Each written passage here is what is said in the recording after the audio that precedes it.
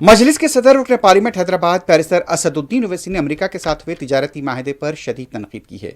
आदिलाबाद में इंतखाबी जलसे से खिताब करते हुए बैरिस्टर ओवैसी ने कहा, अमेरिका के सदर हिंदुस्तान को तेल की खरीदारी का मशवरा देते हैं, आखिर हिंदुस्तान उनकी बात को क्यों सुनेगा।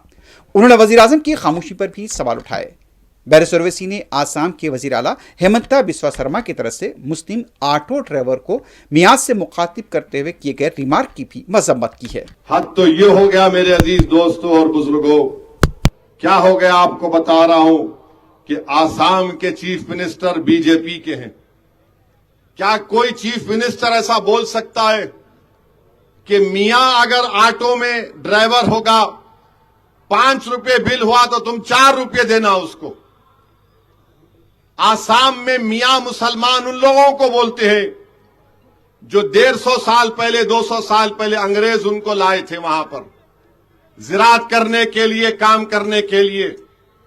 उनका कसूर एक ही है, भारत के नागरिक हैं, सिटीजन हैं। वो बंगाली जबान में बोलते, तो आसाम के मुख्यमंत्री बोलते हैं अगर तुम मियां के ऑटो में गए, 5 रुपए बिल हुआ तो 4 रुपए दो। अब मैं बीजेपी और भारत के प्रधानमंत्री वजीर आजम से पूछना चाहता हूं, आप विकसित भारत बोलते हैं, आप बोलते हैं कि हम तीसरी बड़ी इकोनॉमी बन जाएंगे, आप बोलते हैं कि हम सुपर पावर बनेंगे, हम चांद पर अपना आशियाना बनाएंगे, हम फुला कर देंगे। अरे चांद पर अगर आशियाना बनाना है तो 1 रुपये के लिए कहीं को बोल रहा रे। चांद पे घर बनाने का है, 1 रुपया नहीं देना कहते उसको। चाइना से मुकाबला करना है, 5 रुपये हुआ तो 4 रुपये दो। तुम कितने छोटे हैं आसाम के मुख्यमंत्री।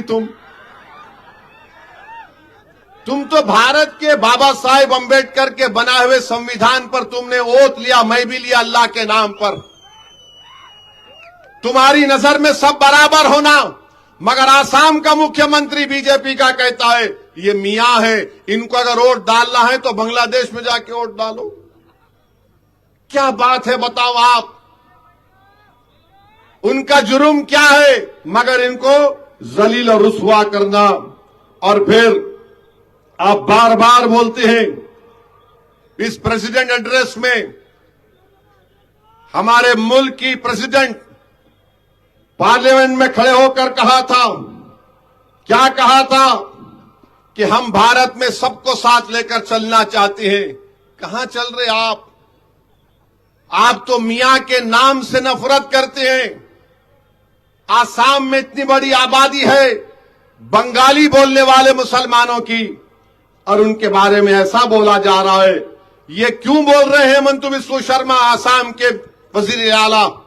क्योंकि वो मुसलमानों के खिलाफ नफरत पैदा कर रहे हैं, रेडिकलाइज कर रहे हैं अक्सरती तबके के लोगों को। ये देखो ये वो लोग हैं, क्यों हैं? अच्छा ये तो बताओ, ट्रंप ने बोल दिया आपको तुम रशिया से तेल नहीं खरीदना। मोदी जी बोले कब बंद करूं? ट्रंप बोला यू मस्ट नॉट बाय।